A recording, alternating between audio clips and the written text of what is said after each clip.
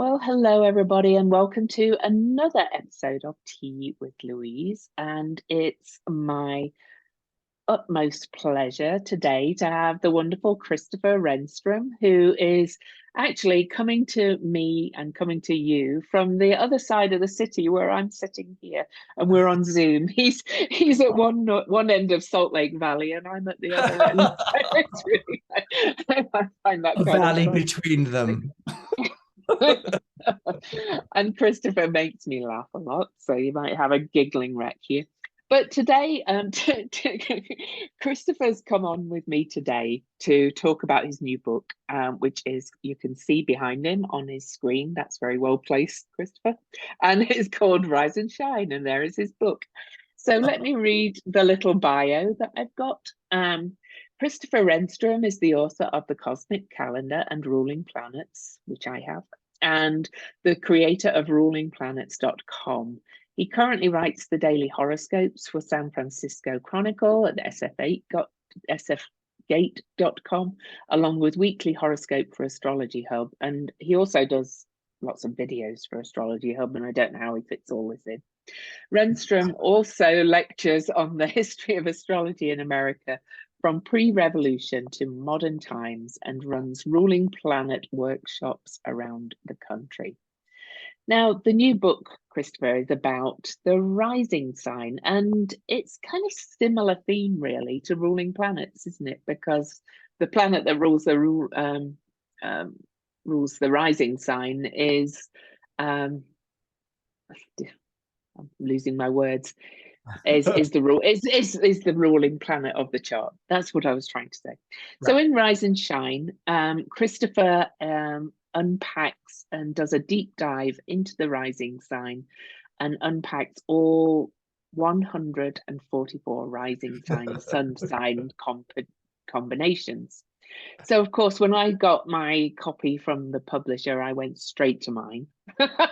Really? But first, before we talk about that, tell me why you find the rising sign so important. I mean, I happen to agree with you, but I think it's often kind of dismissed as kind of just this mask, or Yeah, absolutely. I find it so important because it's so overlooked. I mean, it's kind of taken for granted, like a potted fern in the room or something like that. It's just kind of like there, but it's such a powerful point with such a potent history, that's associated to it.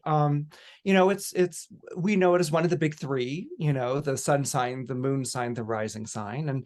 And the reason that these are the big three is because the sun sign tells you the time of year that you were born. Okay. If you're Leo, you're born in the summer. If Capricorn, you're born in the winter. The moon sign tells you the time of month that you were born. It always refers back to the phase of the moon. It's not, the first thing you think of with the moon sign, but it's always there. So you've got the time of year, you've got the time of month, and then finally the rising sign will tell you the time of day that you were born, because it's based on the sign that's rising over the eastern horizon. So this is why it's one of the big three. But then after that, it quickly becomes the poor cousin. Like everyone sort of goes to, the sun sign with all of its attributes that describe who you are and things like that. And then the moon sign with, this is what I feel about myself to be true, my inner and my personal life and things like that. And the rising sign, which is somewhere between like how other people see you, and maybe it's a persona, and that sort of a thing. And it kind of gets dismissed, I think, because it's taken for granted, but it's so powerful. I mean, the more that I worked with it over the years, and for me, my special relationship to the rising sign is, I in some cases I'm 29 Aries rising, and in some cases I'm 0 Taurus rising, so it's been a problem. And because it's always been a problem, it's actually caught my notice more, like, like which of the two do I feel like, or which of the two do I think is more attractive, or which of the two, do I flattering, that sort of a thing. But I really began to realize that the rising sign itself is the face of the chart. It's the face of the astrological chart, and it's as independent as free expressive or non-expressive, and completely a thing unto itself as the sun and the moon. So it's not really, it's connected obviously to those two other planets, but it's not it's not dependent upon it. And then also finally, the rising sign is, the case of one of these things is not like the other.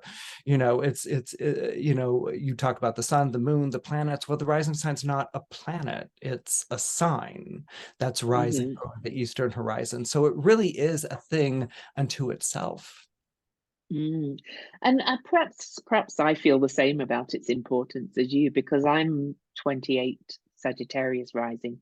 Okay. But for most of my life, my mother, because we don't record times in the UK where I was born, my mum, and when I was born, my mum was alone in the nursing home, the hospital, because fathers were not encouraged to go in back then. And so she was told it was 9:10 a.m. And that put me at 2 Capricorn rising, and it never felt right, despite the fact I've got Saturn in Capricorn in the first house. And when I dived into astrology professionally and really started to deep dive into it, I went to my first astrology conference, and all these other astrologers said, "You're not Capricorn rising, you're Sagittarius rising." So I did some vague rectification for myself, and then had my chart professionally rectified to confirm it. And I had rectified it myself to 8:52 a.m. and it was confirmed by the person who rectified it, and that puts me at 28 Sagittarius. So yeah, I'd had that kind of swing all my life. It's when you find out what your real rising sign is, it makes a big difference. Of course, yeah, I am double Sagittarius, so I'm Sun as well. So. Right. I'm fun. I'm not like that stodgy Capricorn. No, I was just saying that Christopher is a Capricorn. I find Capricorn actually one of the funniest signs. So this is why I'll be giggling the whole way through. But shh, it's a closely kept secret. Nobody's supposed to know that we're actually a lot of fun. Shh. I know. So to I don't want you to give the whole book away, but you do in the book tell people how to find what their rising sign is, right? Or help them to find it in the beginning. Yeah. Right. Because it's obviously something you do need to know the time for. So. Yes, and again, you can sort of like approximate or you can play around with things and stuff like that. I think what's important to remember, and it's what my agent said when when I first proposed the book. She's like, okay, well, what's the difference between a rising sign and a sun sign? Aren't they basically saying the same thing? If that's like how you show up in the world and people see you, I mean, what's the difference between the sun and the rising? And I was like good question. You little so-and-so agent.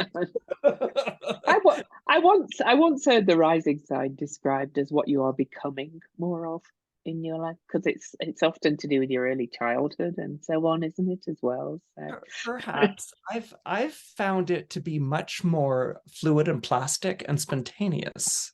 Have a cat. And there's the cat. So I found it to be more fluid and plastic and spontaneous. I think that there's a whole legacy to the rising sign. I mean, it's going to go back to physiognomy, which is basically face reading. People attribute it to Aristotle, but it actually has references earlier to Pythagoras and Hippocrates. But it was this idea that the face was shaped by the soul within. Okay. And this is a big deal, like for instance, in Gnosticism, and then it gets picked up by Judaism. But it's the idea of the two souls. Okay, there's the animal soul and there's the divine soul. In Neoplatonism, it becomes the soul and the spirit. Okay.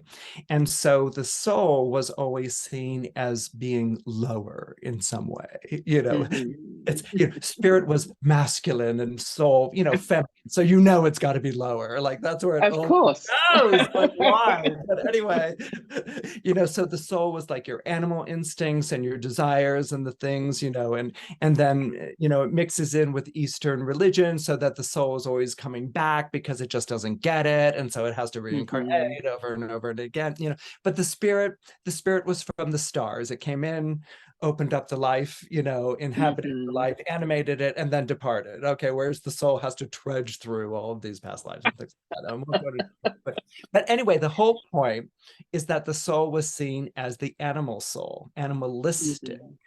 And so what you have in the passages that are ascribed to Aristotle, there's question as to whether he really wrote this or not, but he was familiar with physiognomy, is that the animal nature could be seen in the face with its resemblance to animals. Okay, so the hair, if it was very coarse, you were seen as a very strong individual, whereas it was very silken, you were seen as more docile. You know, the large eyes, small eyes, a shifty glance, the shape of the nose, the way that the jaw went, it was all associated to animals. And so it was this idea of like, oh, you know, you're boorish like a boar, you know, because your face resembles a boar. So you can already begin to see, you know, soul association to animals, you know, you can begin to see where it becomes connected to astrology, you know, because the astrological signs, zodiac means a band of animals or a band of creatures. So that's kind of where it becomes connected to the soul. So it's seen as the face of the chart. I mean, technically speaking, it's the first sign. Okay, so it's the first house. So that's where we get first impression. Okay, but when you get into physiognomy, you get into sort of the astrological, being able to read an astrological sign on the face, and what does that say about the soul within that's that wants to express itself, struggling to express itself, doesn't want to express itself, these sorts of things. So this is really the true roots of the rising sign in astrology. Awesome. I love that. So are you very good at picking out people's rising signs when you Awful. I suck. I'm terrible at it. I'm So terrible at it. I don't even try, to be honest. I don't guess people's signs ever. And it's horrible because it's like, oh, come on, it's a party, it's fun, whatever. And then you guess wrong, and they're like, some astrologer. See, like, I know. Yeah, the shame, you know. I know, because I can never resist. I know, like, Christopher, do not give in, do not say anything. And then it's like, you know, Gemini, no, Libra, some astrologer.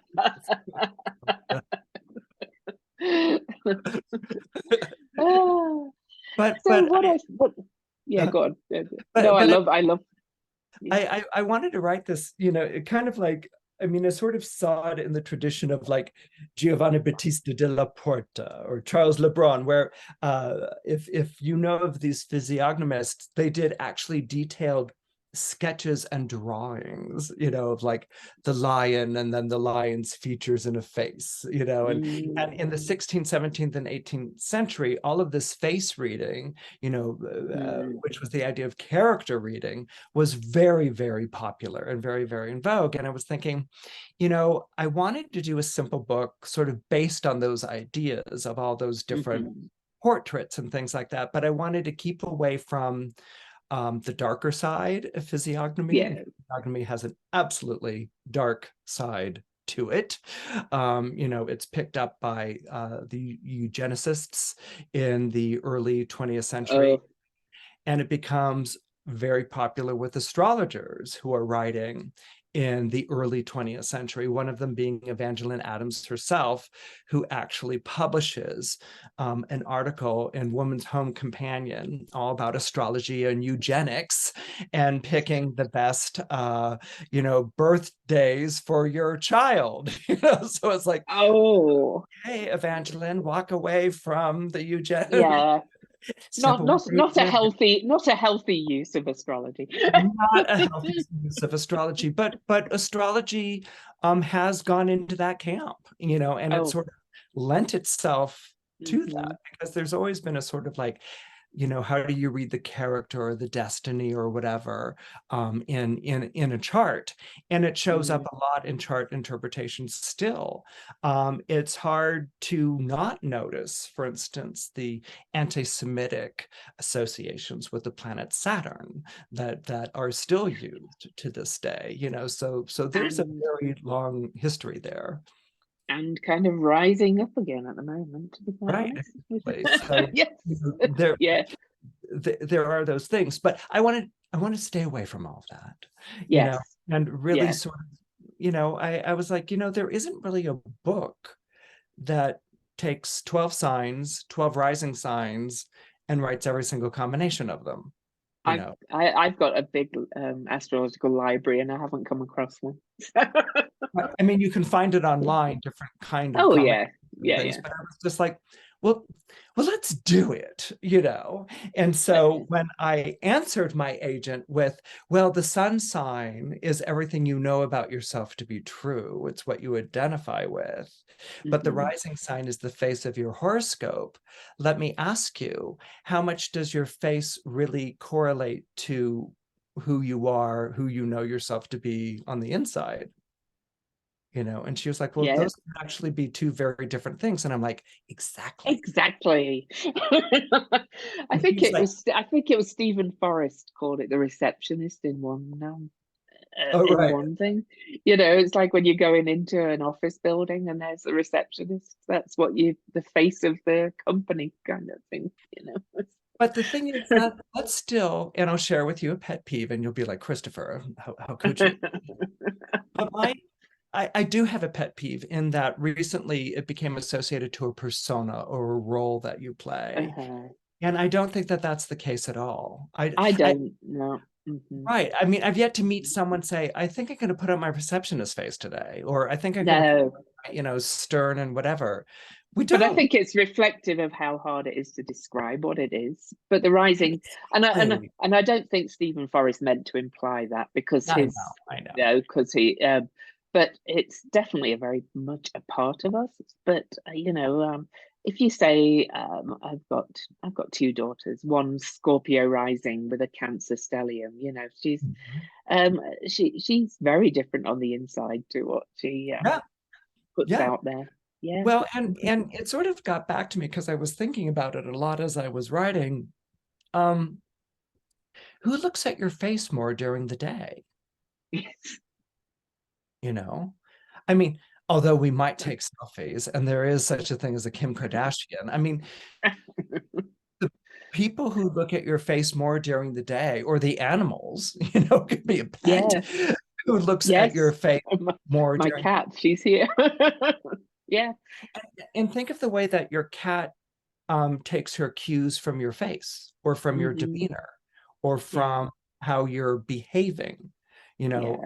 I've got a dog, and I know that my dog reads my body language all the time. Oh, I have a dog as well. Yes. And the face all the time. And that's when I began to sort of like, there's a reason why it's hard to, well, I mean, it's a rising sign isn't hard to describe because there's a sign that's on the ascendant that you can describe. So technically a rising sign isn't hard to describe. You can be a Scorpio rising. You describe those features, not necessarily the physical features, but those features attributed to Scorpio.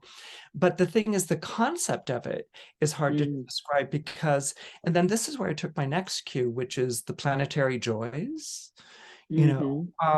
Mercury is in its joy in the first house. Mercury is actually in its joy on the ascendant. Okay.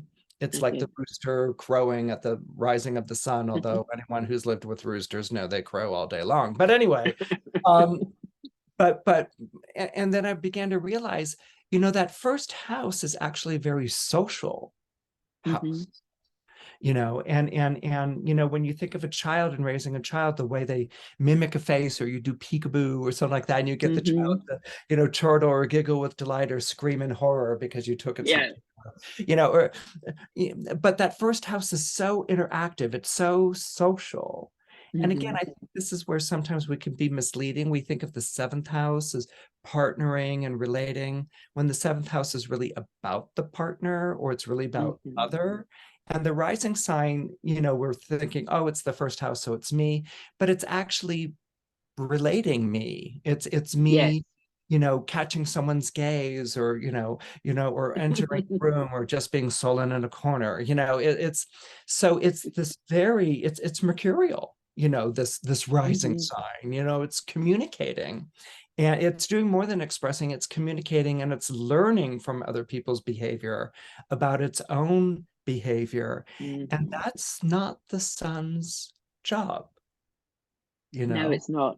Also, Mercury is kind of quite a mimic kind of sign as well. Also, so we're Absolutely. always responding. We're also responding to what's kind of we're meeting as well. So Right. yeah, yeah, And yeah. then when you start to think about, you know, like eyes, you know, like, you know, if someone holds your gaze, you know, that can be maybe sexual in a way, like you're holding my gaze, you know, or it could be like you're holding the gaze, you're looking at me too long, and is something wrong? It can start to become very combative. So, you know, what this face does, you know, it's more than how other people see you. It's really how we're, you know, there's a mercurial flavor, and also, to me, there's also a Venusian flavor. It's very relational, this angle of the chart. And I think that once we get into that kind of headspace, you know, that we're not the ones, we may wear the face, but we're not in But charge of the face, and the face is exactly. continually responding, you know, on its own. I think that kind of, to me, that just like, okay, that opens up the rising sign. That really, you know, gets us thinking about it, you know. So I hope you could, listeners I'm speaking to, I hope you can see why this is, you know, at a, well, I think both for beginners and less so, to be honest. It's kind of a very valuable addition to a cat again, but a very valuable addition to astrology, because this is the also your writing is just so engaging. You can tell by the way Christopher speaks. You know, Thank he's kind of like he's the writing in the book. I mean, not only are you a deep thinker, but you express it so very kind of in a fun way. I wish I could remember what page my, it's about 170, I think, to get to it. Of Sagittarius Sun and Sagittarius Rising. It's a bit after that. But he had me howling when I read it. So, you know, if it's not taking, despite the serious and very real techniques behind the what's written in the book, the writing itself is just really entertaining in my opinion. Thank I'm you. going to. Oh, I thought it was so funny. I meant to get this up before we started, but oh, of course, it's right at the beginning. So you just tell me a little bit about a couple of the combinations, just a little, give people a little teaser so that well, Sure. I find mine. Yeah, go on. Sure. You do the curtain act while I get my props and everything ready backstage. Exactly. Exactly. Go to it. Basically, I found that the rising sign really works. It's fascinating to see when it works and when it does not work in a chart. Okay. I think that, you know, a lot of times people will say, like, I love my rising sign. I feel like my rising sign is who I am and I'm not my sun at all. Or some people would be like, I can't stand my rising sign. It's just, I just don't relate to it. And there are very real reasons for that. For instance, if your sun happens to trine or sextile the ascendant, you get your rising sign, and your rising sign gets you, and there's nothing wrong with that. Even squares, if the ascendant squares the sun in the Imun Kuli, the IC, the bottom of the sky, or if the sun the sun is in the midheaven squaring the ascendant, even squares get each other. Where it gets more difficult is with the signs that bookend the rising sign. Okay, so if you're an astrologer, it would be the signs in the 2nd and the 12th house. And I've seen definite struggles with people whose sun is in 6, 7, and 8 with the rising sign, especially 7, because it's as far away from the rising sign as you can get on a circle. Okay, it's in opposition. So you've got this idea of the sun setting while a sign is rising, and there's already a kind of like off-kilter type of flavor there. And that's where you can often see a split. That's where I've seen the most, I don't feel like my sun sign, interchangeable with I don't feel like my rising sign, because the sun is so out of sync with the rising sign in that particular placement. Yeah, that makes complete sense. And of course my sun is conjunct. They're only 7 degrees apart, my sun and rising sign. So I you're really outside. get it. You're outside. When you're your own sign rising, you're like in everyone's face. And let me read you what he said about me. And my followers will probably, I'm not going to read the whole passage, but sometimes you can go overboard with the motivational speeches, like when you've deliberately looked for provocative things to say to get a rise out of someone. Oops. You think that pissing them off will show that there's still fight left in them, but oftentimes it makes matters worse by rubbing salt in the wounds. And I may be guilty of that on occasion, I have to tell you. I'm not going to read the whole chapter, but no one will ever accuse you of being a cynic. However, accusations of gullibility sting. Although now I'm the age I am, I do realize I can actually be highly gullible also. So there's sometimes I really, because I'm like, Sagittarius, I believe, I have faith, I get taken in quite easily. So anyway. That's what we love about Sagittarius. Exactly.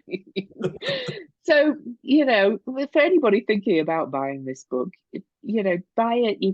It's kind of, reading a full astrology chart is a long study, in my opinion, to really be a good astrologer. But to learn simple techniques, to learn like how the rising and sun signs work together, or also moon signs. There's there's just the more basic astrology tells you an awful lot about a person and about your friends or family, or if you want to work out for those as well.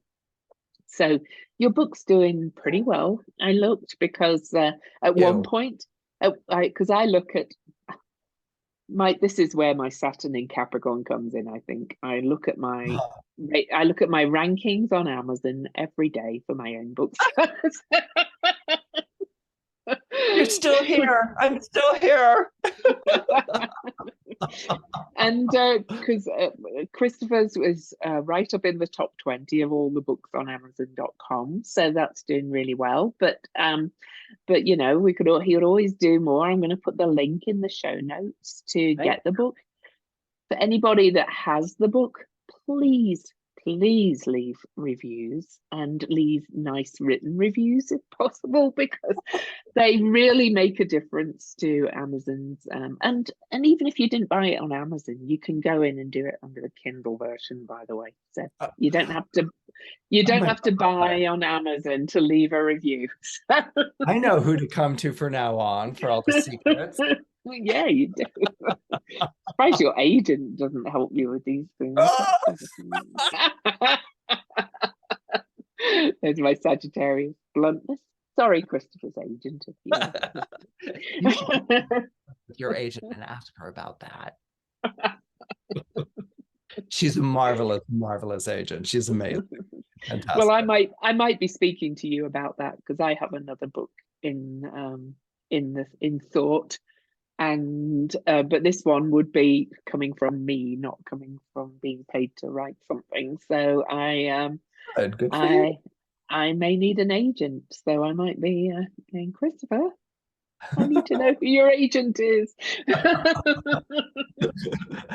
The one who asked about the face and the sun.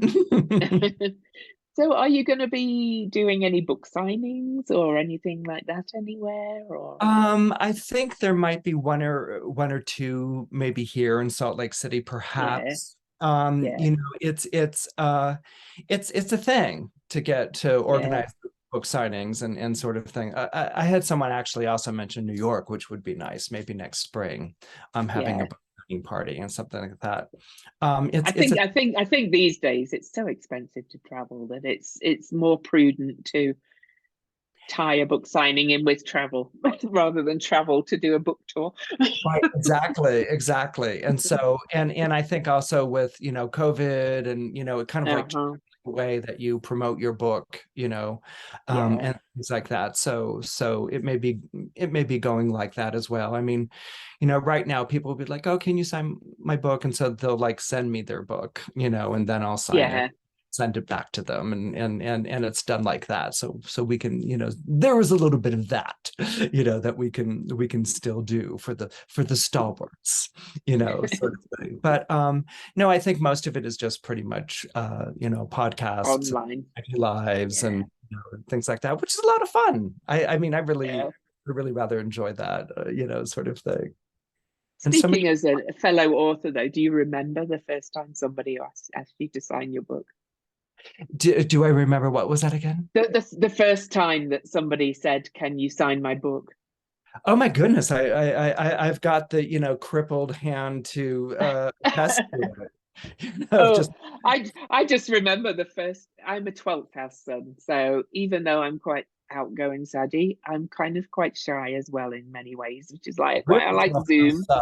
Okay. It's why I like Zoom rather than in person much.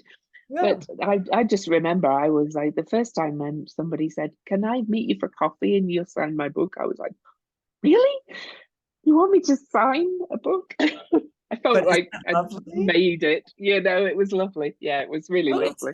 what Yeah, I love about it is that you get to sit down and talk to the person, yeah, which is exactly. just a wonderful, Yeah, which is a wonderful thing. I'm blessed that, people who follow me on Instagram or Astrology Hub or whatever, they're just so fascinating. I mean, I think they're more yeah. fascinating than I am. I mean, they're like, they'll want to like know my story, but I actually want to know their story. They're so much more, intriguing and Well, fascinating. I think that's why we do astrology, isn't it? Yeah. Really, we find others interesting. I mean, I guess we started it to maybe look at ourselves, but there's Yeah. only so much navel gazing you can do. Well, I think if you're an astrologer, you're kind of a portrait artist. Yes. You're really a portrait artist. And the way that you read the chart is, painting someone's portrait, It might be Holbein, or it might be Hmm. Picasso, but But we really hope to bring out people's essence and show it exactly. reflect their face back to them, speaking back, Yeah. going back to the And rising sign. and making it recognizable to them. Yes, There's a yeah, difference between, because sometimes, it'll be like, oh, it's about flattery. I'm like, no, it's not about flattery. It's about describing qualities of you that are recognizable. it is. Because if they're not Hmm. recognized, that's the truest measure of whether a reading is working for you, is if you recognize yourself in it, Exactly. Yeah. And Yeah. to me, that's so important. Yeah, absolutely. So, do you have any other writing plans or anything in the books? I mean, you're writing horoscopes all the time, but any books? And even though Louise and I had a conversation about this before, I cannot recommend writing horoscopes enough to people who are out there as astrologer, especially if you're learning it, because you really Mm, learn your sky. Yeah. You really learn your sky. You're checking those transits every single day. You have to do an interpretation or something like that about it. I write anything from maybe 25 to 30 words assigned to maybe a Yeah. paragraph. It doesn't really need to be longer than that if you're writing a daily or weekly or monthly or something along those lines. But it's a wonderful way to sort of learn your Oh, sky. Yeah. I absolutely agree. I mean, on my Facebook page, I write a daily astrology post for the mundane See, fans. see, Yeah, I see. I just knew don't, you could resist. I just don't like writing sun sign horoscopes for Right. somebody. I don't like being on somebody else's clock. I guess is more the. I think we're learning some things here. I think that must be it. Right, because you're an astrologer. Of course, you're going to want to write and express and put Yeah. together these things. And, Exactly. yeah. So I like writing it on my terms. So that's my form of doing it. Yeah. It can be a bit of a grind, I mean, Yeah. it can be a bit, Yeah. but it's kind of like a pianist who has to practice every day. You have Exactly. to it. But Yeah. it's a wonderful. I really again, for anyone who's out there who does astrology or learning astrology or whatever, if you can add writing to the astrology that you do, it really helps formulate your thoughts. It It really does. helps you with your interpretation. It really helps you to really put together all the different ideas so that you're not just kind of like reaching for this idea and the next and whatever. Yeah. It's a great practice. But I agree. yeah. It kind of helps you tune into each of the energies at a deeper level in Mhm. many ways. So yeah, I agree. I mean, that's why I write daily. I just don't like Yeah. writing magazine horoscopes, that's all. Right. And it allows you to relate to people. I Yeah. mean, what's wonderful about the internet is that they can say your horoscope sucked today, or they Yeah. can, wow, it was really spot on. And so we have this Mhm. incredible confirmation that we Mhm. didn't really have before. I Yeah. mean, I've been writing horoscopes since the dawn of time. But anyway, but there was a period where the internet wasn't as big a thing. And so you would Yeah. be putting out these horoscopes like messages in a bottle or something like that. It's like, Yeah. anyone reading these? And nowadays it's kind of like, and what's so great as an astrologer is getting feedback, is finding Mhm. out when that didn't work or sorta or whatever, and then that allows you to go back and be like, okay, what did I misread? What did I give Mhm. too much emphasis to, or what did I give not enough Mhm. emphasis to? So it becomes a really, really wonderful, wonderful, It wonderful does. It thing. does. Yeah. But any other books in the offing or ideas for books? Yes, I'm going Yeah. to I've got two, maybe three more to propose to my publisher, Wow. and see if they do that. So we'll see, keep the fingers Fingers crossed. crossed. Fingers crossed. But I never say it out loud because I don't want to jinx it, because it's kind of like, No. yeah, so fingers Oh crossed. no, I agree. Yeah, it's just I didn't want you to tell me what the I ideas are. I No, I that's I like knew I knew you, because you have a 12th house sun, so you know all about exactly. things.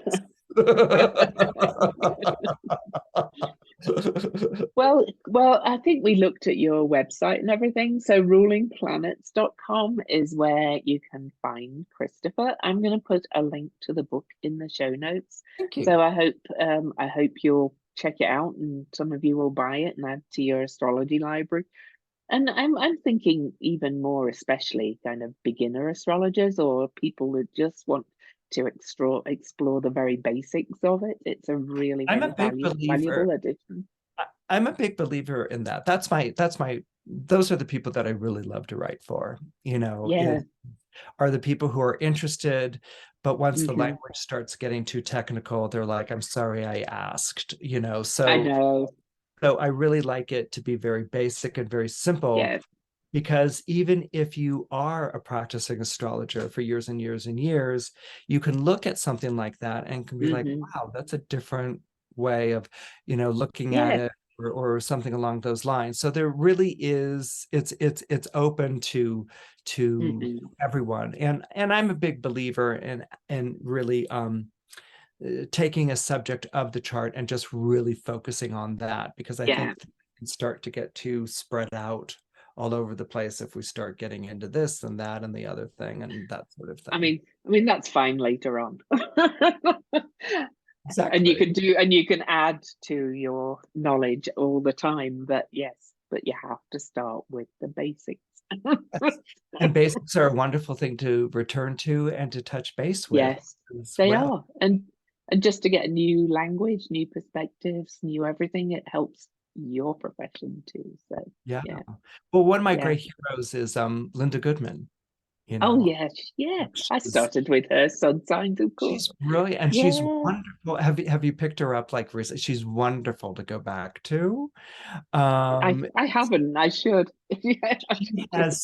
she has such a humor and she Yeah. has such a wit Uh-huh. and her way of looking at people and her love of the signs, she's just such a delight, and she's an Mhm. astrologer that I return to often just because it's fun to spend time in her company.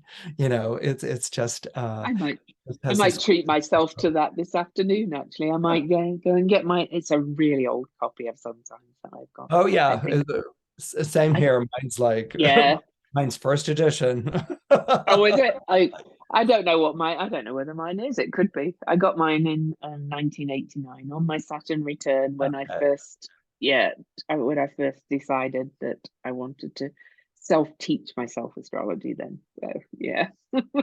And even then I think I picked it up secondhand somewhere. So it could be Right. a first edition. So She's wonderful. She's like one of my yeah, favorites that I just love to like sit down and spend time with, yeah. and Patrick Walker, who was a columnist for Town and Country, he's another one. And of course you can Uh-huh. Michael Luton. Oh, oh, I adore him too. Met him at Yeah. East Starfire. Just love him. Most astrologers are wonderful people, I have to say. Majority.